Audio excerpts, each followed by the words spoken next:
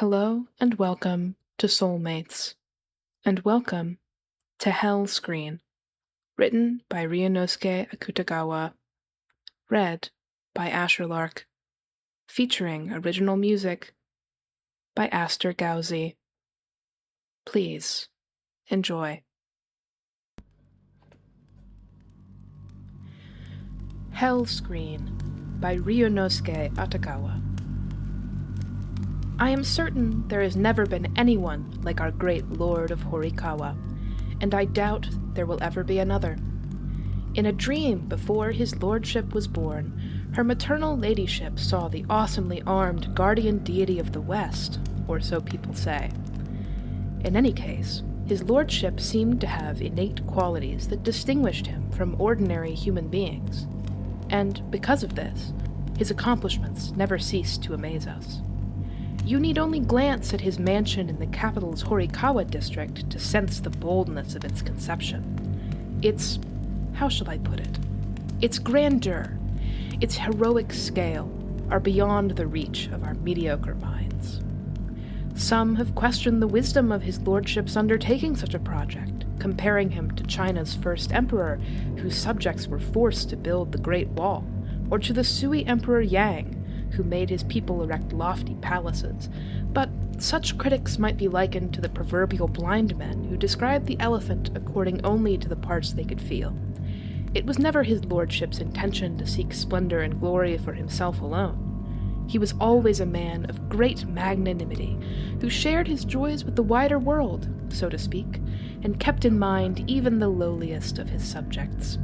Surely, this is why he was left unscathed by his encounter with that midnight procession of goblins so often seen at the lonely intersection of Nijo-Omiya in the capital.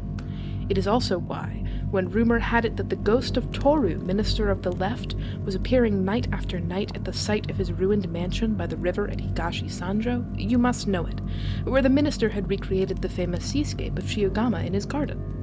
It took only a simple rebuke from his lordship to make the spirit vanish. In the face of such resplendent majesty, no wonder all residents of the capital, old and young, men and women, revered his lordship as a reincarnation of the Buddha. One time, it is said, his lordship was returning from a plum blossom banquet at the palace when the ox pulling his carriage got loose and injured an old man who happened to be passing by. The old fellow knelt and clasped his hands in prayerful thanks for having been caught upon the horns of his lordship's own ox. So many, many stories about his lordship have been handed down.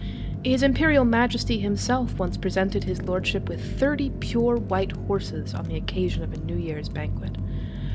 Another time, when construction of the Nagara Bridge seemed to be running counter to the will of the local deity, his lordship offered up a favorite boy attendant as a human sacrifice to be buried at the foot of a pillar.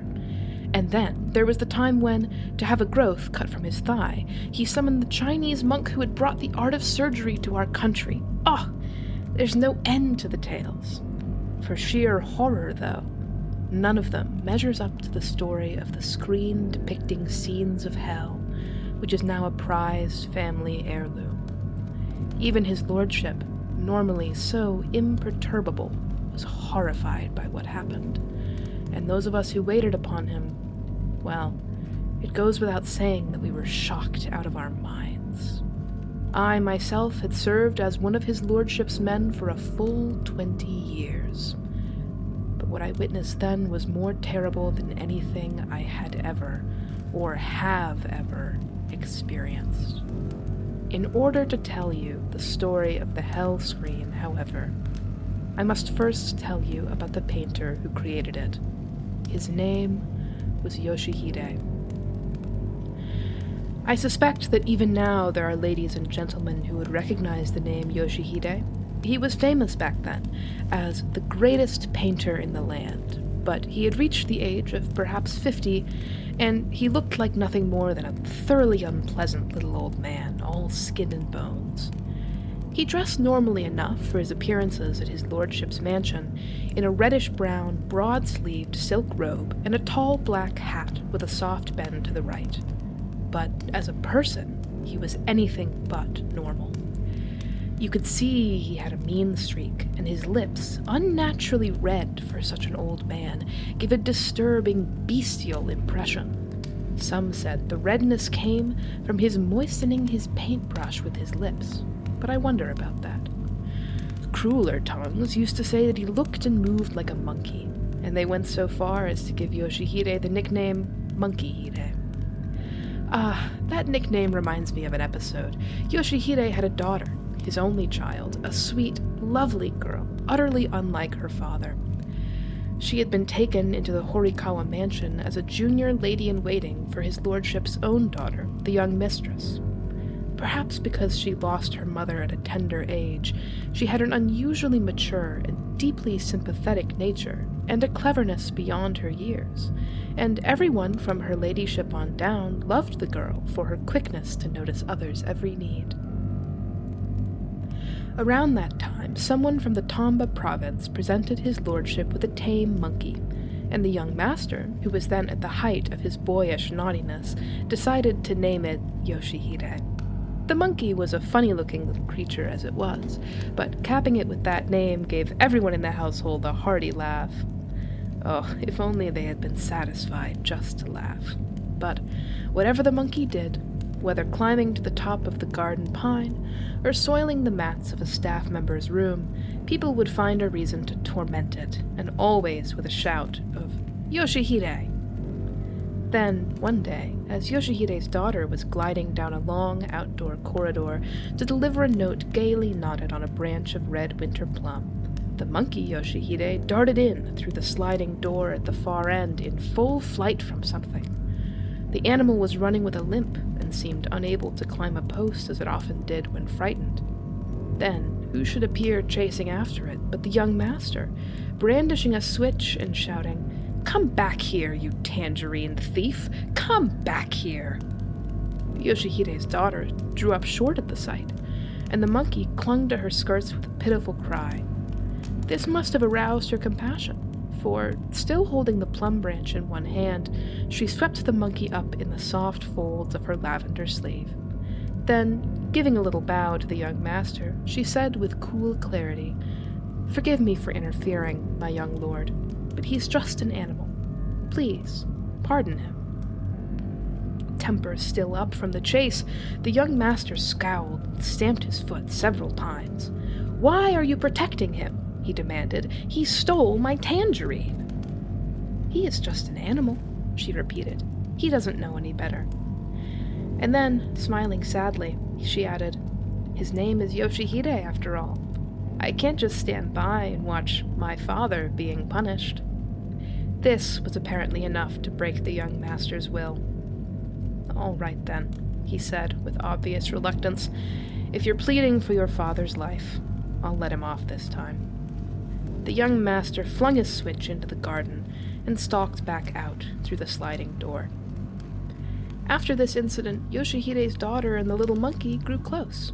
The girl had a golden bell that her young mistress had given her, which she hung from the monkey's neck on a pretty crimson cord, and he, for his part, would almost never leave her side.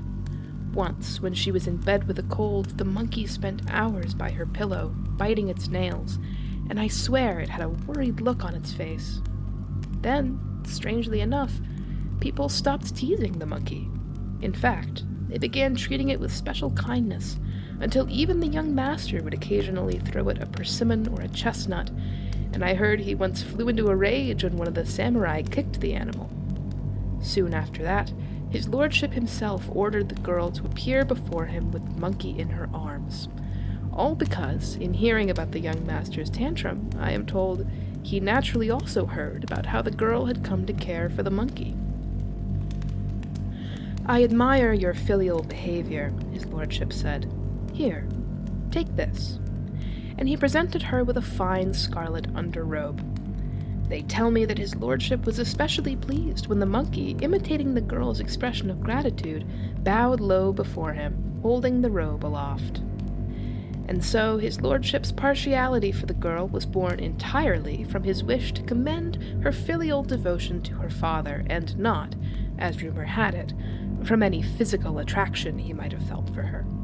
Not that such suspicions were entirely groundless, but there will be time for me to tell you about that later. For now, suffice it to say that his lordship was not the sort of person to lavish his affections on the daughter of a mere painter, however beautiful she might be. Well then, having been singled out for praise this way, Yoshihide's daughter withdrew from his lordship's presence, but she knew how to avoid provoking the envy of the household's other, less modest ladies-in-waiting. Indeed, people grew fonder than ever of her and the monkey, and the young mistress almost never let them leave her side, even bringing them with her in her ox-drawn carriage when she went to observe shrine rituals and the like. But enough about the girl for now. Let me continue with my story of her father, Yoshihide. As I have said, the monkey Yoshihide quickly became everyone's link darling, but Yoshihide himself remained an object of universal scorn, reviled as Monkey Hide by everyone behind his back, and not only in the Horikawa mansion. Even such an eminent Buddhist prelate as the abbot of Yokawa hated Yoshihide so much that the very mention of his name was enough to make him turn purple as if he had seen a devil. Some said this was because Yoshihide had drawn a caricature ridiculing certain aspects of the abbot's behavior, but this was merely a rumor that circulated among the lower classes, and as such can hardly be credited. In any case, Yoshihide's reputation was so bad that anyone you asked would have told you the same thing. If there were those who spoke kindly of Yoshihide, they were either a handful of the Brotherhood of Painters, or else people who knew his work, but not the man himself. His appearance was not the only thing that people hated about Yoshihide. In fact, he had many evil traits that repelled them even more, and for which he had only himself to blame. Chapter 4. For one thing, Yoshihide was a terrible miser. He was harsh in his dealings with people. He had no shame. He was lazy and greedy. But worst of all, he was insolent and arrogant. He never let you forget that he was the greatest painter in the land. Nor was his arrogance limited to painting. He could not be satisfied till he displayed his contempt for every custom and convention that ordinary people practiced. A man who was his apprentice for many years once told me this story. Yoshihide was present one day in the mansion of a certain gentleman when the celebrated shamaness of the cypress enclosure was there, undergoing spirit possession. The woman delivered a horrifying message from the spirit, but Yoshihide was unimpressed. He took up a handy ink brush and did a detailed sketch of her wild expression as if he viewed spirit possession as mere trickery. No wonder, then, that such a man would commit acts of sacrilege in his work. In painting the lovely goddess Kishoten, he used the face of a common harlot, and to portray the mighty flame-draped Fudo, his model was a criminal, released to do chores in the magistrate's office. If you tried to warn him that he was flirting with danger, he would respond with feigned innocence. "I'm the one who painted them, after all," he would say. "Are you trying to tell me that my own Buddhas and gods are going to punish me?" Even his apprentices were shocked by this. I myself knew several of them who, fearing for their own punishment in the afterlife, wasted no time in leaving his employ. The man's arrogance simply knew no bounds. He was convinced that he was the greatest human being under heaven. It goes without saying that Yoshihide lorded it over the other painters of his time. True, his brushwork and colors were utterly different from theirs, and so the many painters with whom he was on bad terms tended to speak of him as a charlatan.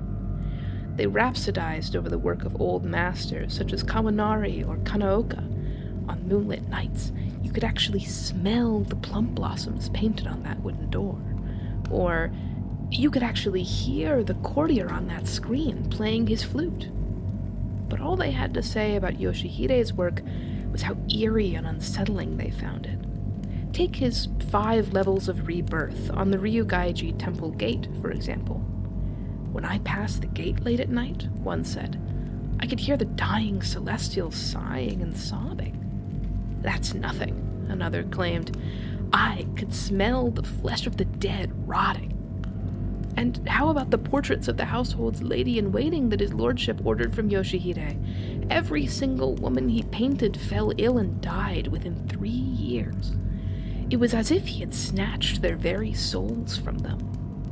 According to one of his harshest critics, this was the final proof that Yoshihide practiced the devil's art. But Yoshihide was so perverse, as I've said, that remarks like this only filled him with pride. When his lordship joked to him one time, "For you, it seems, the uglier the better," old Yoshihide's far too red lips spread in an eerie grin, and he replied imperiously, "Yes, my lord, it's true. Other painters are such mediocrities, they cannot appreciate the beauty of ugliness." I must say, greatest painter in the land or not, it was incredible that he could spout such self-congratulatory nonsense in his lordship's presence. No wonder his apprentices called him Chira-Eiju behind his back. You know, Chira-Eiju, the long-nosed goblin who crossed over from China long ago to spread the sin of arrogance.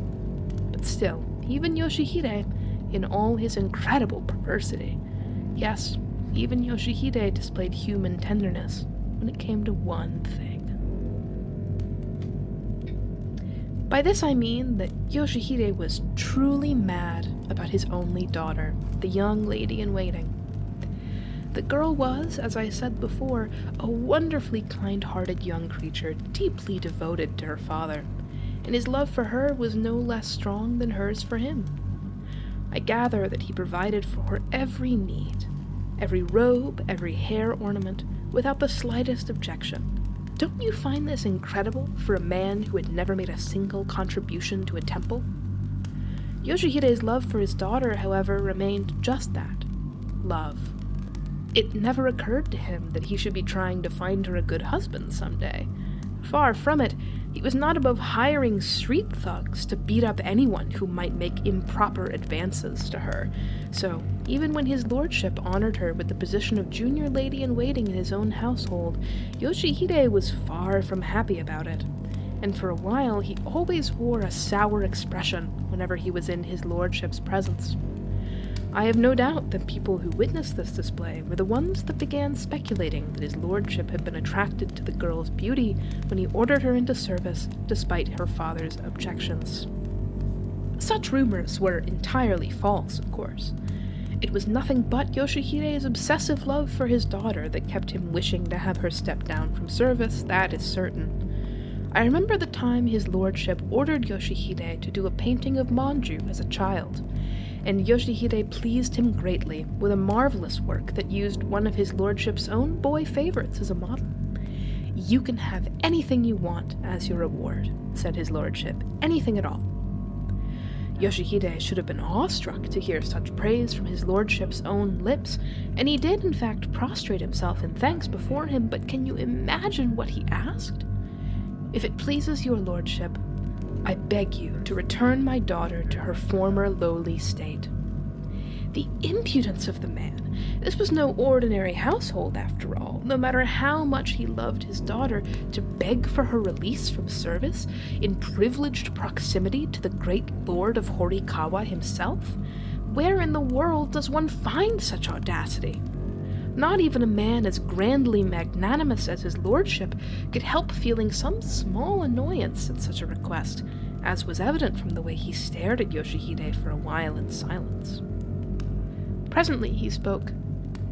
"That will not happen," he said, all but spitting out the words, and he abruptly withdrew.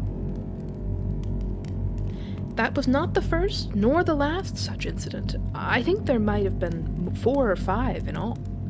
And with each repetition, it seemed to me, his lordship gazed on Yoshihide with increasing coldness. The girl, for her part, seemed to fear for her father's welfare. Often she could be seen sobbing quietly to herself in her room, teeth clamped on her sleeve. All this only reinforced the rumor that his lordship was enamored of the girl.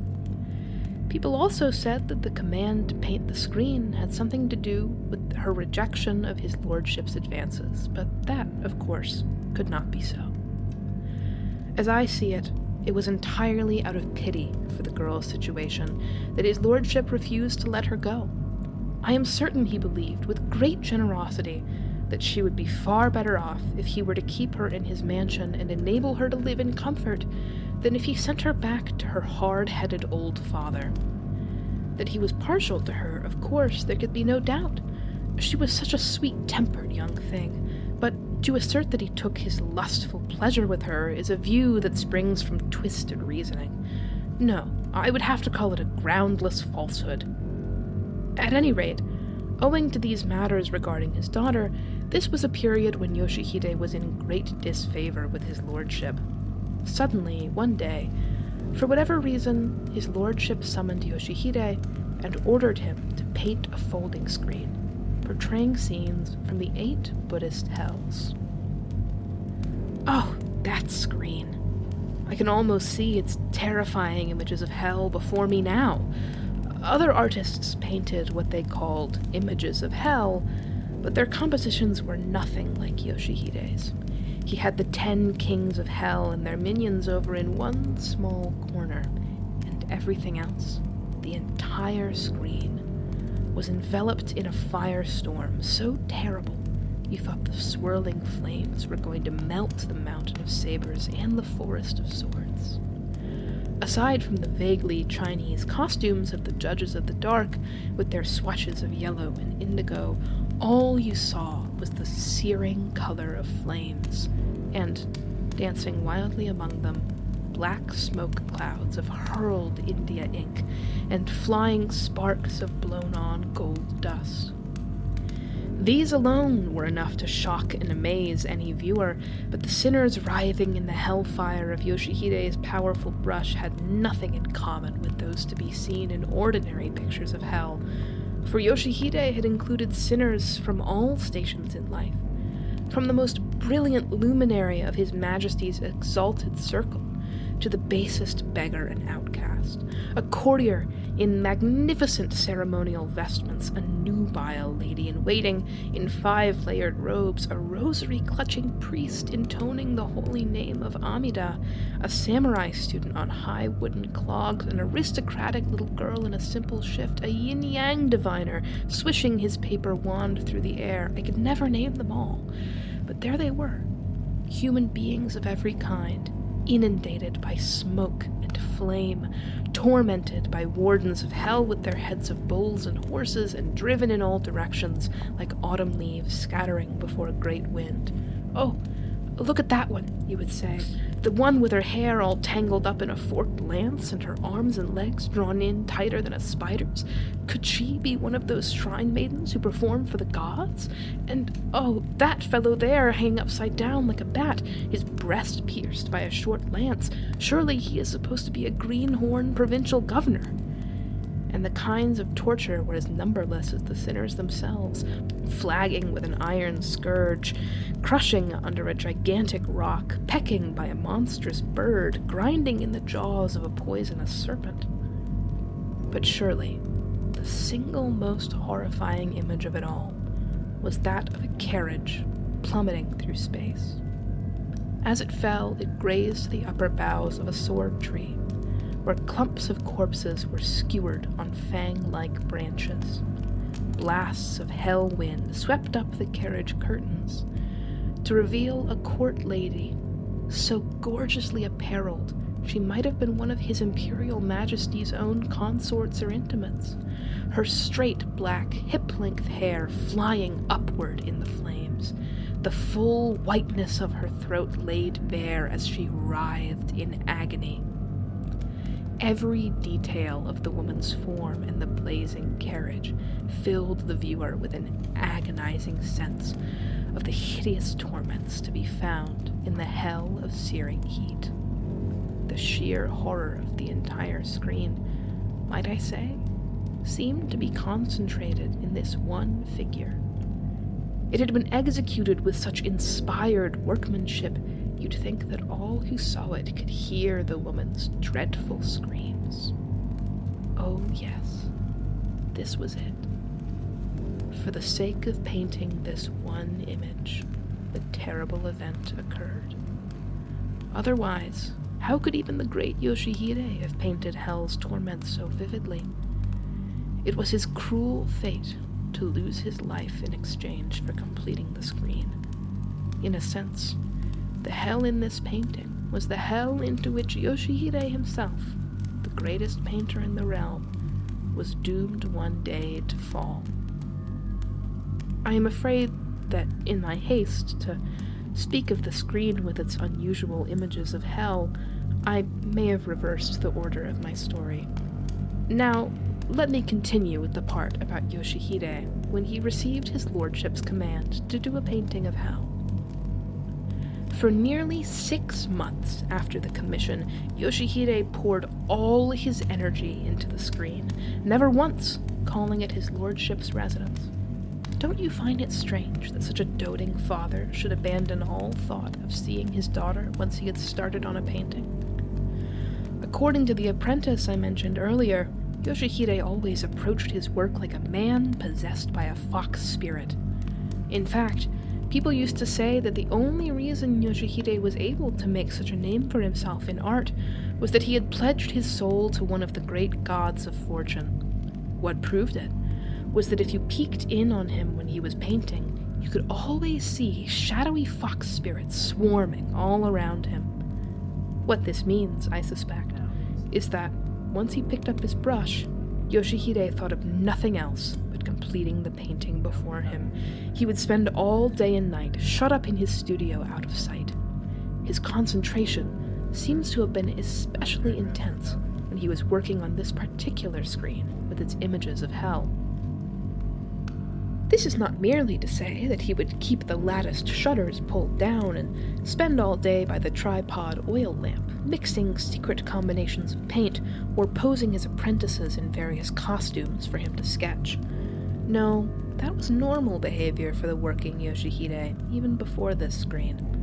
Remember, this was the man who, when he was painting his 5 levels of rebirth on the Ryūgaiji Temple Gate, went out specially to inspect a corpse lying on the roadside, the kind of sight from which any ordinary person would recoil, and spent hours sitting before it, sketching its rotting face and limbs without missing a hair. I don't blame you, then, if you are among those who cannot imagine what I mean when I say that his concentration during his work on the Hell screen was especially intense. I haven't time now to explain this in detail, but I can at least tell you the most important things. One day, an apprentice of Yoshihide's, the one I've mentioned a few times already, was busy dissolving pigments, when the master suddenly said to him, "I'm planning to take a nap, but I don't know. I've been having bad dreams lately."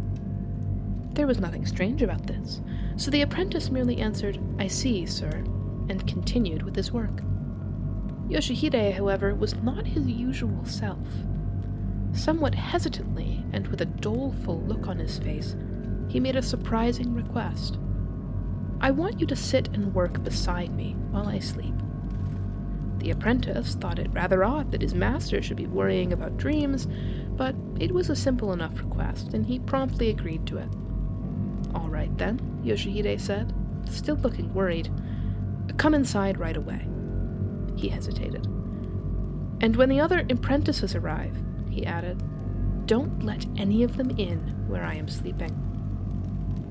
Inside meant the room where the master actually did his painting, and as usual on this day, the apprentice told me, its doors and windows were shut as tightly as at night.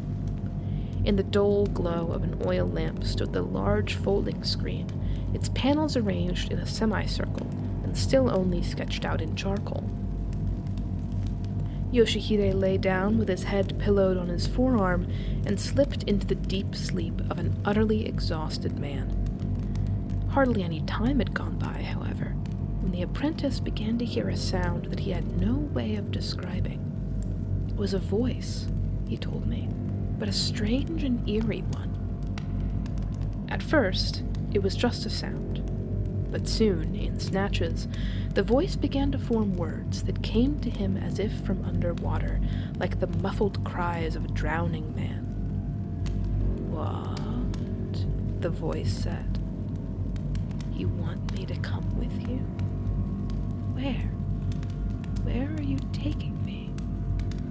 To hell, you say? To the hell of searing heat, you say? Who are you, damn you? Who can you be but... The apprentice, dissolving pigments, felt his hands stop of their own accord. He peered fearfully through the gloom at his master's face. Not only had the furrowed skin gone stark white, but fat beads of sweat oozed from it, and the dry-lipped, snaggle-toothed mouth strained wide open as if gasping for breath. The youth saw something moving in his master's mouth with dizzying speed, like an object being yanked by a cord, but then, imagine, he realized the thing was Yoshihide's tongue. The fragmented speech had been coming from that tongue of his.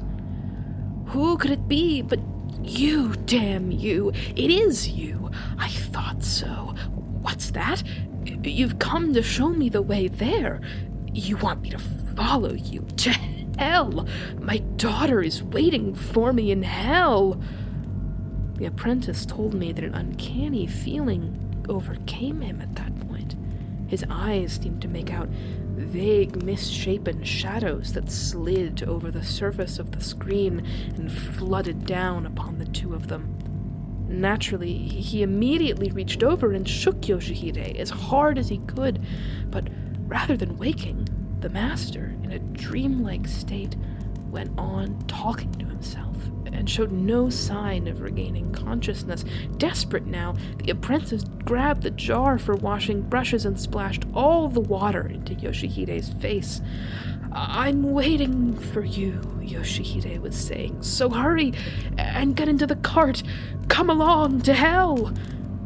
But the moment the water hit him, his words turned to a strangled moan. At last, he opened his eyes, and he sprang up more wildly than if he had been jabbed with a needle. But the misshapen creatures must have been with him still, for he stared into space with mouth agape and with terrified eyes. At length, he returned to himself, and, without a hint of gratitude, barked at the poor apprentice. I'm all right now. Get out of here. The apprentice knew he would be scolded if he resisted his master at a time like this, so he hurried out of the room. But he told me that when he saw the sunlight again, he felt as relieved as if he were waking from his own nightmare.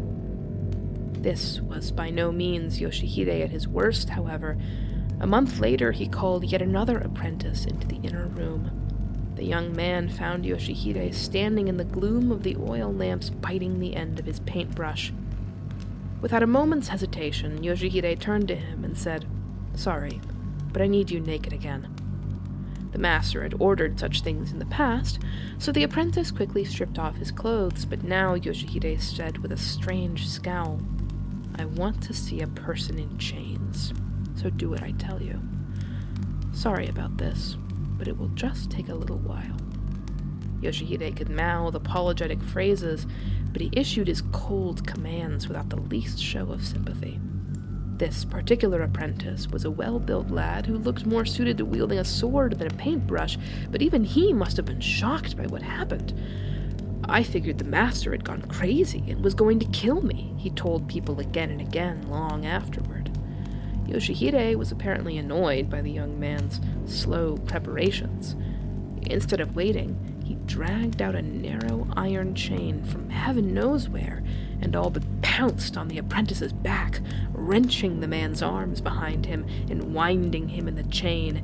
Then he gave the end of the chain a cruel yank and sent the young man crashing down on the floor. Chapter 9. The apprentice lay there like a keg of sake that someone had knocked over. Legs and arms mercilessly contorted, he could move only his head. And with the chain cutting off the circulation of his blood, his skin swelled red. Face, torso, everywhere. Yoshihide, though, was apparently not the least bit concerned to see him like this. He circled this sake keg of a body, observing it from every angle and drawing sketch after sketch. I am certain that, without my spelling it out, you can imagine what torture this must have been for the poor apprentice. If nothing had interrupted it, the young man's ordeal would almost certainly have lasted even longer, but fortunately, or perhaps unfortunately, a narrow, winding streak like black oil began to flow from behind a large jar in the corner of the room. At first, it moved slowly, like a thick liquid. But then it began to slide along the floor more smoothly, glinting in the darkness until it was almost touching the apprentice's nose. He took a good look at it, gasped, and screamed, "A snake! A snake!" The way he described the moment to me, he felt as if every drop of blood in his body would freeze, which I can well understand, for in fact, the snake's cold tongue was just about to touch the flesh of his neck where the chain was biting. Even Yoshihide, for all his perversity, must have felt a rush of horror at this unforeseeable occurrence. Flinging his brush down, he bent and gripped the snake by the tail, dangling it upside down. The snake raised its head and began to coil upward toward its own body, but it could not reach Yoshihide's hand. "You cost me a good brush stroke, damn you," he growled at the snake, flinging it into the jar in the corner. Then, with obvious reluctance, he loosened the chains that bound the apprentice's body. In fact, loosening the chains was as far as he was willing to go. For the youth himself, he spared not a word of sympathy. I suspect he was more enraged at having botched a single brush stroke than concerned that his apprentice might have been bitten by a snake. I heard afterward that he had been keeping the snake to sketch from. I imagine that what little you have heard is enough for you to grasp the fanatic intensity with which Yoshihide approached his work. But let me give you one last terrible example concerning a young apprentice, no more than 13 or 14, who could have lost his life for the hell screen. It happened one night when the boy, whose skin was as fair as a girl's, was called into the master's studio. There, he found Yoshihide by the tripod lamp, balancing a piece of raw meat on his palm and feeding it to a bird, the likes of which he had never seen before. This bird was the size of a cat, and in fact, with its 2 feather tufts sticking out from its head like ears and its big, round, amber-colored eyes, it did look very much like a cat. Yoshihide was a man who simply hated to have anyone pry into his business, and the snake I told you about was one such case. He would never let his apprentices know what kinds of things he had in his studio. Depending on the subject he happened to be painting at the time, he might have a human skull perched on his table, or rows of silver bowls and gold-lacquered stands. You never knew. And his helpers told me they had no idea where he kept such things when he was not using them. This was surely one reason for the rumor that Yoshihide was the beneficiary of miraculous aid from a god of fortune. Well then, the young apprentice, assuming for himself that the strange bird on the table was a model Yoshihide needed for the hell screen, knelt before the painter and asked in all humility, "How can I help you, master?" Almost as if he had not heard the boy speak, Yoshihide licked his red lips and jerked his chin toward the bird. Not bad, eh? Look how tame it is. "Please, tell me, master, what is it? I've never seen anything like it before," the boy said, keeping his wary gaze fixed on the cat-like bird with ears. "What, never seen anything like it?" Yoshihide responded with his familiar scornful laugh. "That's what you get for growing up in the capital. It's a bird, a horned owl.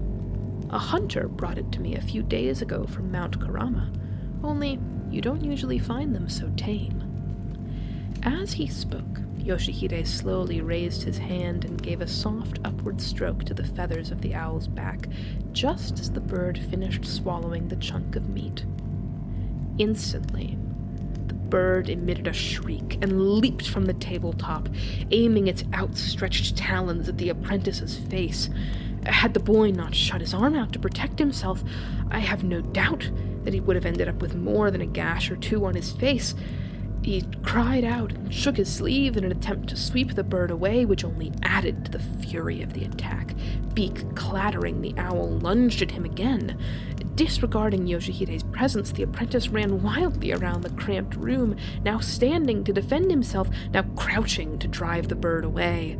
The monster, of course, stuck with him, flying up when he stood up and down when he crouched down, and using any opening to go straight for his eyes.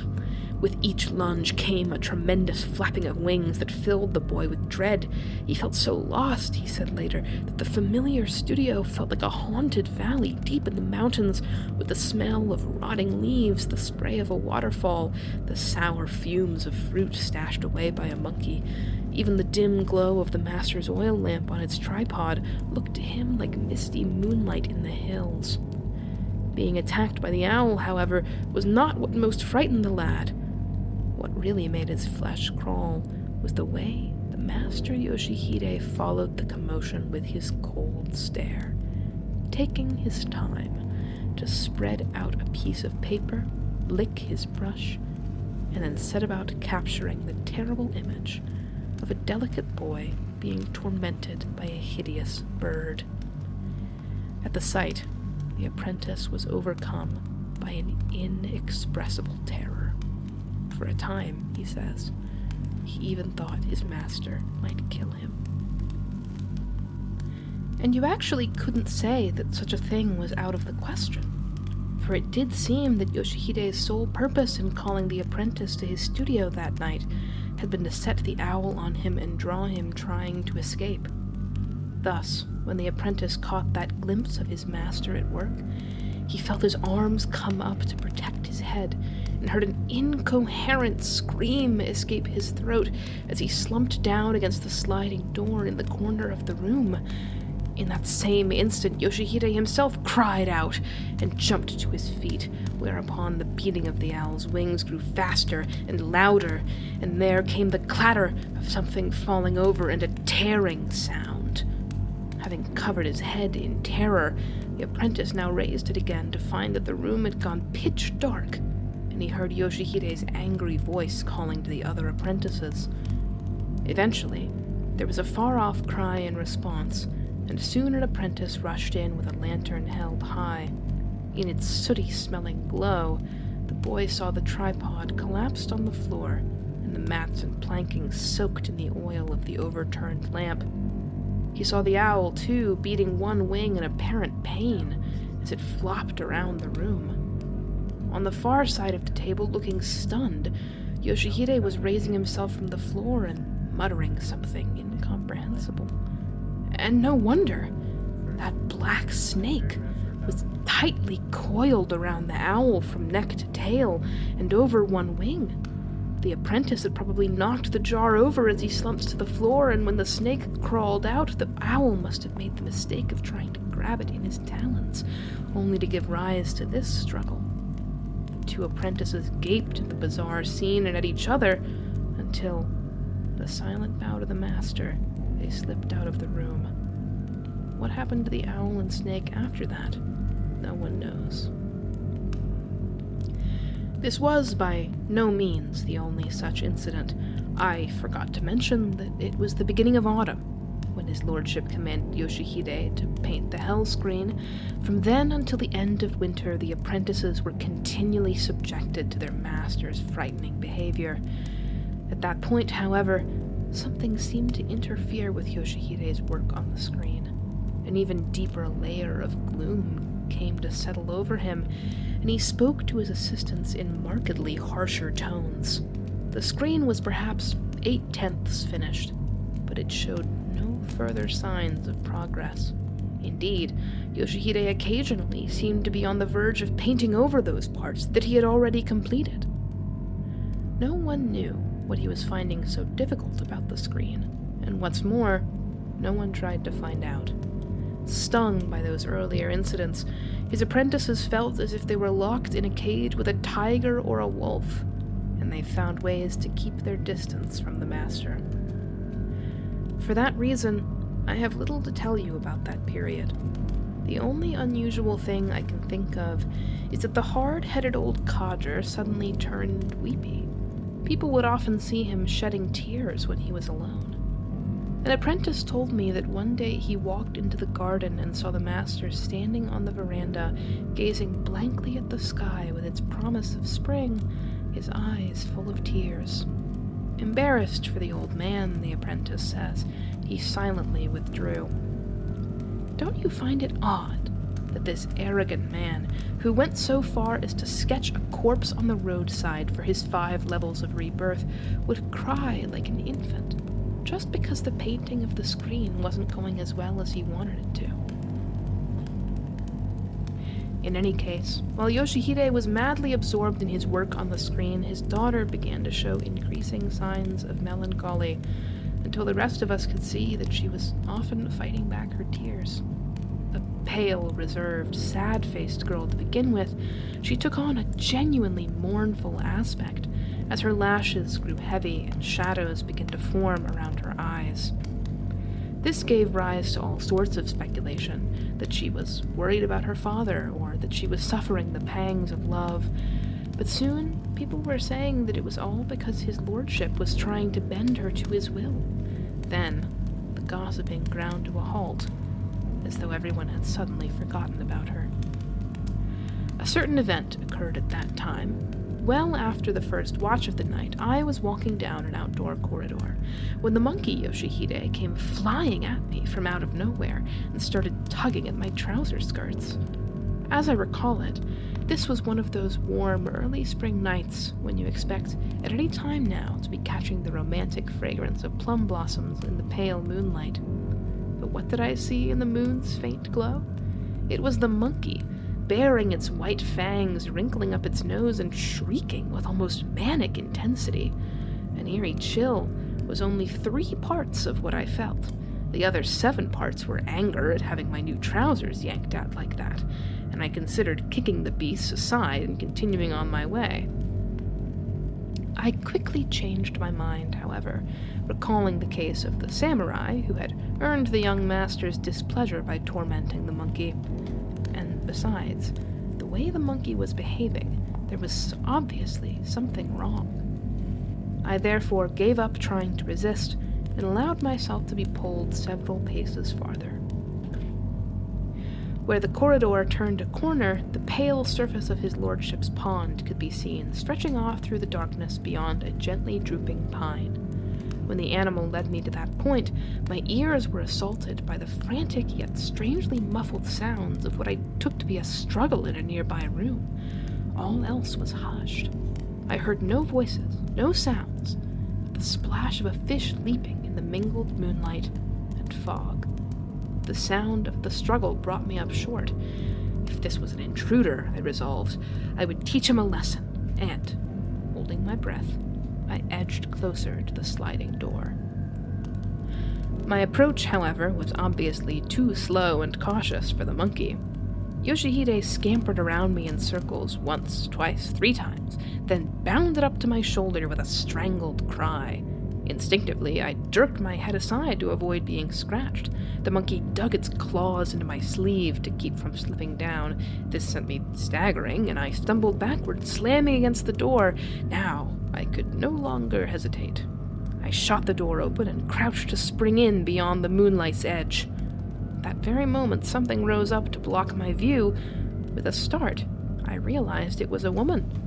She flew towards me, as if someone had flung her out of the room. She nearly hit me, but instead she tumbled forward and, why I could not tell, went down on one knee before me, trembling and breathless, and stared up at me as if at some terrifying sight. I am sure I need not tell you, it was Yoshihide's daughter. That night, however, my eyes beheld her with a new vividness, as though she was an utterly different person. Her eyes were huge and shining, and her cheeks seemed to be burning red. Her disheveled clothes gave her an erotic allure that contrasted sharply with her usual childish innocence. Could this actually be the daughter of Yoshihide?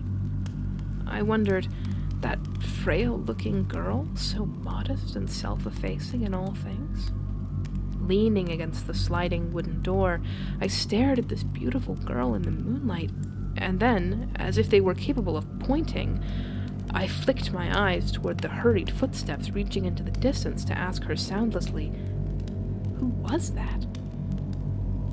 The girl bit her lip and shook her head in silence. I could see she felt deeply mortified. I bent over her, and, speaking softly next to her ear, now put my question into words. Who was that? But again she refused to answer and would only shake her head. Indeed, she bit her lip harder than ever as tears gathered on her long lashes. Born stupid, I can never understand anything that isn't perfectly obvious, and so I had no idea what to say to her. I could do nothing but stand there, feeling as if my only purpose was to listen to the wild beating of her heart. Of course, one thing that kept me silent was the conviction that it would be wrong of me to question her any further. How long this went on, I do not know, but eventually I slid shut the door and gently told the girl, "Go to your room now." Her agitation seemed to have subsided somewhat, assailed by an uneasy feeling that I had seen something I was not meant to see, and a sense of shame toward anyone and no one in particular. I began to pad my way back up the corridor. I had hardly walked 10 paces, however, when again I felt a tug, a timid one, at the skirt of my trousers. I whirled around, startled, but what do you think it was? I looked down to find the monkey Yoshihide prostrating himself at my feet, hands on the floor like a human being, bowing over and over in thanks, his golden bell ringing. Chapter 14. Perhaps 2 weeks went by after that. All of a sudden, Yoshihide arrived at the mansion to beg a personal audience with his lordship. He probably dared to do such a thing, despite his humble station, because he had long been in his lordship's special favor. His lordship rarely allowed anyone to come into his presence, but that day, as so often before, he assented readily to Yoshihide's request and had him shown in without a moment's delay. The man wore his usual reddish-brown robe and tall black soft hat. His face revealed a new level of sullenness, but he went down on all fours before his lordship, and at length, eyes down, he began to speak in husky tones. "I come into your honored presence this day, my lord, regarding the screen bearing images of hell which his lordship ordered me to paint. I have applied myself to it day and night, outdone myself, such that my efforts have begun to bear fruit and it is largely finished. This is excellent news. I am very pleased." Even as his lordship spoke these words, however, his voice seemed oddly lacking in power and vitality. "No, my lord. I am afraid the news is anything but excellent," said Yoshihide, his eyes still fastened on the floor in a way that hinted at anger. "The work may be largely finished, but there is still a part that I am unable to paint." "What? Unable to paint?" "Indeed, sir. As a rule, I can only paint what I have seen. Or, even if I succeed in painting something unknown to me, I myself cannot be satisfied with it. This is the same as not being able to paint it. Does his lordship not agree?" As his lordship listened to Yoshihide's words, his face gradually took on a mocking smile, which would mean that if you wanted to paint a screen depicting hell, you would have to have seen hell itself. "Exactly, my lord. In the Great Fire some years ago, though, I saw flames with my own eyes that I could use for those of the hell of searing heat. In fact, I succeeded with my Fudo of twisting flames only because I experienced that fire. I believe my lord is familiar with the painting." "What about sinners, though? And hell wardens? You've never seen those, have you?" His lordship challenged Yoshihide with one question after another, as though he had not heard Yoshihide's words. "I have seen a person bound in iron chains," said Yoshihide, "and I have done a detailed sketch of someone being tormented by a monstrous bird. No, I think it cannot be said that I have never seen sinners being tortured. And as for hell wardens," said Yoshihide, breaking into an eerie smile, "my eyes have beheld them any number of times as I drift between sleeping and waking. The bull-headed ones, the horse-headed ones, the three-faced, six-armed devils. Almost every night they come to torture me with their soundless clapping hands, their voiceless gaping mouths. No, they are not the ones I am having so much difficulty painting." I suspect this shocked even his lordship. For a long while he only glared at Yoshihide until, with an angry twitch of the brow, he spat out, "All right then. What is it that you say you are unable to paint?" Chapter 15. In the center of the screen, falling from the sky, I want to paint an aristocrat's carriage. Its cabin woven of the finest split palm leaf. As he spoke, Yoshihide raised himself to look directly at his lordship for the first time, and with a penetrating gaze. I had heard that Yoshihide could be like a madman where painting was concerned. To me, the look in his eyes at that moment was terrifying in that very way. In the carriage, a voluptuous noblewoman writhes in agony, her long black hair tossing in the ferocious flames. Her face, well, perhaps she contorts her brows and casts her gaze skyward toward the ceiling of the cabin as she chokes on the rising clouds of smoke. Her hands might tear at the cloth streamers of the carriage blinds as she struggles to ward off the shower of sparks raining down upon her. Around her swarm fierce, carnivorous birds, perhaps a dozen or more, snapping their beaks in anticipation. Oh, my lord. It is this image of the noblewoman in the carriage that I am unable to paint. And therefore, his lordship seemed to be deriving an odd sort of pleasure from this as he urged Yoshihide to continue.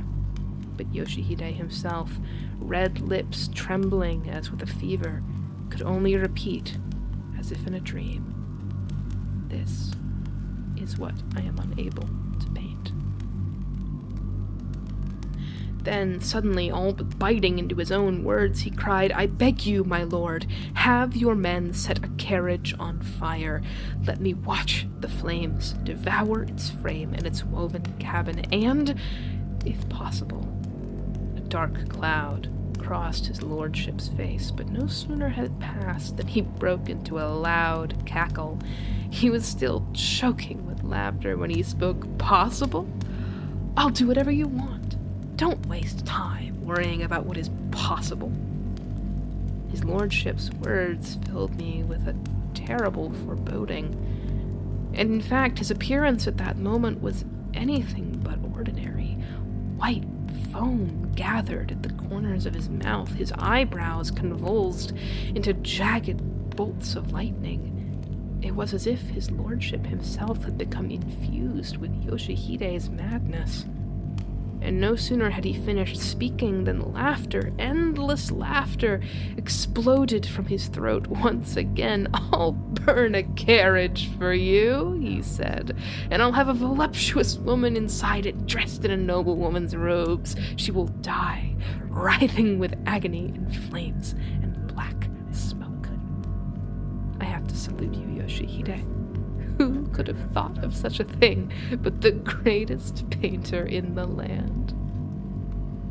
Yoshihide went pale when he heard this. And for a time, the only part of him that moved was his lips.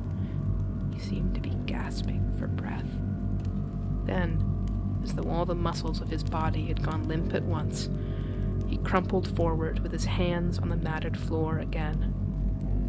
1,000 thanks to you, my lord, Yoshihide said with rare humility, his voice barely audible. Perhaps the full horror of his own plan had come all too clear to him as he heard it spelled out in his lordship's words. Only this one time in my life did I ever think of Yoshihide as a man to be pitied.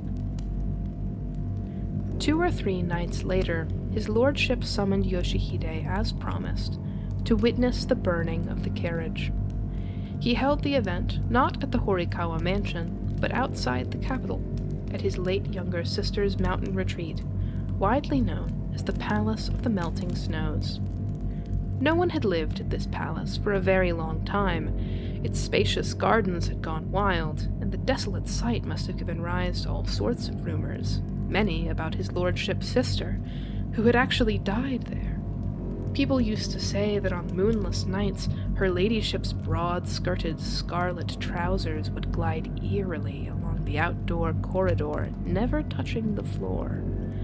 And no wonder there were such stories. The palace was lonely enough in the daytime, but once the sun set, it became downright unnerving.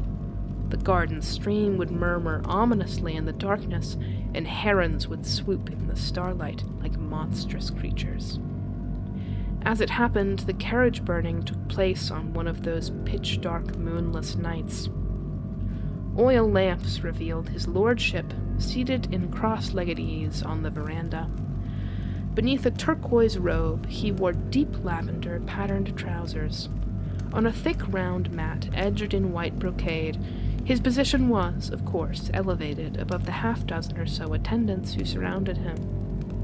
One among them appeared most eager to be of service to his lordship, a burly samurai who had distinguished himself in the campaign against the northern barbarians some years earlier. He was said to have survived starvation by eating human flesh, after which he had the strength to tear out the antlers of a living stag with his bare hands. On this night he knelt in stern readiness below the veranda. In the scabbard at his armored waist, a sword tipped up and hacked like a gull's tail, ready to be drawn at a moment's notice. These men presented a strangely terrifying, almost dreamlike spectacle. The lamplight flickering in the night wind turned them all dark one moment, bright the next. And then there was the carriage itself. Even without an ox attached to its long black shafts, their ends resting on the usual low bench that tilted the whole slightly forward, it stood out against the night, its tall cabin woven of the finest split palm leaf, exactly as Yoshihide had requested, truly a conveyance worthy of his imperial majesty, or the most powerful ministers of state. When I saw its gold fittings gleaming like stars in the sky, and considered what was soon to happen to this lavishly appointed vehicle, a shiver went through me, in spite of the warm spring night. As for what might be inside the carriage, there was no way to tell. Its lovely blinds, woven of still green bamboo and edged in patterned cloth, had been rolled down tight, and around it alert-looking conscripts stood guard, holding flaming torches and showing their concern that too much smoke might be drifting toward his lordship on the veranda. Yoshihide himself was situated at some remove, kneeling on the ground directly opposite the veranda. He wore what seemed to be his usually reddish-brown robe and tall black soft hat, and he looked especially small and shabby, as though the star-filled sky were a weight pressing down upon him. Behind him knelt another person in an outfit like his, probably an apprentice he had brought along. With them crouching down low in the darkness like that, I could not make out the color of their robes from my place below the veranda. Midnight was approaching, I believe. I felt as if the darkness enveloping the garden were silently watching us all breathing, the only sound an occasional rush of night wind, each gust wafting towards us the resinous smell from the pine smoke of the torches. His lordship remained silent for some moments, observing the mysterious scene, but then, Edging forward where he sat, he cried sharply, "Yoshihide! Yoshihide!" Yoshihide may have said some word in response, but to my ears it sounded like nothing so much as a moan. "Tonight, Yoshihide, I am going to burn a carriage for you, as you requested." When he said this, his lordship glanced at the men around him. I thought I saw a meaningful smile pass between him and certain of them. Of course, it could have been my imagination. Now Yoshihide seemed to be timidly raising his head and looking up toward the veranda, but still he waited, saying nothing. "I want you to look at this," his lordship said. "This is my carriage, the one I use every day. You know it well, I'm sure. I will now have it set afire in order that you may see the hell of searing heat here on earth before your eyes." His lordship reverted to silence, and his eyes flashed another signal to his men. Then, with sudden vehemence, he cried, "Chained inside the carriage is a sinful woman. When we set the carriage afire, her flesh will be roasted, her bones will be charred. She will die an agonizing death. Never again will you have such a perfect model for the screen. Do not fail to watch as her snow-white flesh erupts in flames. See and remember her long black hair dancing in a whirl of sparks."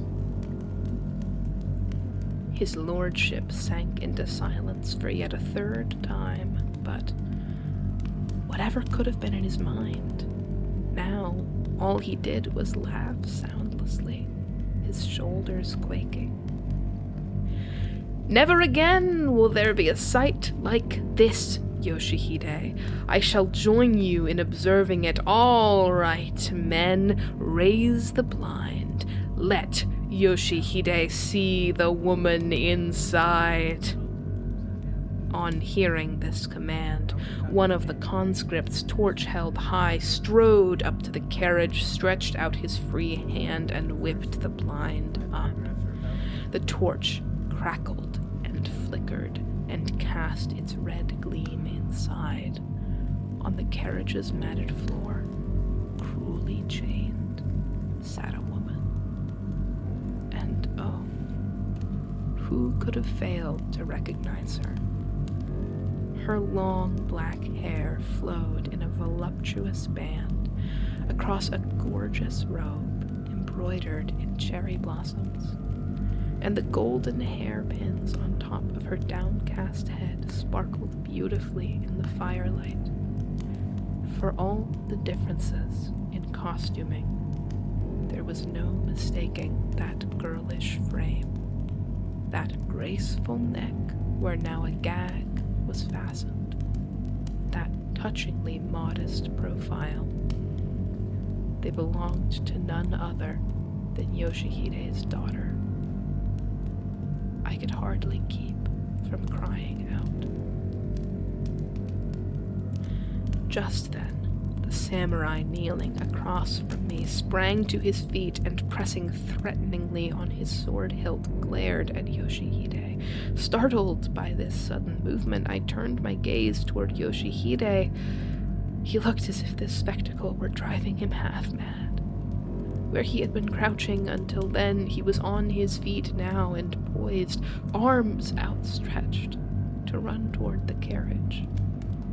Unfortunately, though, as I said before, he was in the shadows far away from me, and so I did not have a clear view of his face. My frustration lasted but a moment, though. Now, drained of color though it was, Yoshihide's face, or should I say, Yoshihide's entire form, raised aloft by some invisible power, appeared before me with such clarity it seemed to have cut its way through the surrounding darkness. For suddenly, his lordship cried, "Burn it." The conscripts flung their torches, and the carriage with Yoshihide's daughter inside burst into flame. Chapter 18. The fire engulfed the entire carriage. The purple roof tassels blew aside, then clouds of smoke swirled aloft, stark white against the blackness of the night, and finally a shower of sparks spurted upwards with such terrifying force that in a single instant the blinds, the side panels, and the roof's metal fittings were ripped off in the blast and sent flying. Still more horrible was the color of the flames that licked the latticed cabin vents before shooting skyward, as though, might I say, the sun itself had crashed to earth, spewing its heavenly fire in all directions. As close as I had come to crying out before, now I could only gape in mute awe at the horrifying spectacle. But what of the girl's father? I will never forget the look on Yoshihide's face at that moment. He had started toward the carriage on impulse, but halted when the flames flared up. He then stood there with arms outstretched, eyes devouring the smoke and flames that enveloped the carriage. In the firelight that bathed him from head to toe, I could see every feature of his ugly, wrinkled face, his wide, staring eyes, his contorted lips, the twitching flesh of his cheeks. All drew a vivid picture of the shock, the terror, and the sorrow that traversed Yoshihide's heart by turns. Such anguish, I suspect, would not be seen, even on the face of a convicted thief about to have his head cut off, or the guiltiest sinner about to face the judgment of the 10 kings of hell. Even the powerful samurai went pale at the sight, and stole a fearful glance at his lordship above him. But what of his lordship himself? Biting his lip, and smiling strangely now and then, he stared straight ahead, never taking his eyes off the carriage, and the girl in the carriage. I don't think I have the courage to describe in detail what she looked like then. The pale whiteness of her upturned face as she choked on the smoke, the tangled length of her hair as she tried to shake the flames from it, the beauty of her cherry blossom robe as it burst into flame. It was all so cruel, so terrible. Especially at one point when the night wind rushed down from the mountain to sweep away the smoke, the sight of her against a flaming background of red, flecked with gold dust, gnawing at her gag, writhing as if to snap the chains that bound her. It was enough to make our flesh creep, not only mine, but the powerful samurai's as well, as if the tortures of hell were being pictured right there before our eyes. Just then, the night wind gusted once more, rustling the branches of the garden's trees, or so it seemed to me, and I am sure to everyone else. Such a sound seemed to race through the dark sky, and in that instant some black thing shot from the palace roof into the blazing carriage. It traveled in a perfectly straight line, like a ball that has been kicked, neither touching the earth nor arcing through space. And as the carriage's burning side lattices collapsed inward, glowing as if coated in crimson lacquer, the thing grasped the girl's straining shoulders and hurled a long, piercing, and inexpressibly anguished scream out beyond the billowing smoke. Another scream followed, and then a third, until we all found ourselves crying out with it. For though it had been left tethered back at the Horikawa mansion, what we saw now clinging to the girl's shoulders against a flaming backdrop was the monkey Yoshihide. Chapter 19. We could see the monkey for only the briefest moment, though. A fountain of sparks shot up to the sky like gold dust in black lacquer, and then not only the monkey, but the girl too, was shrouded in black smoke.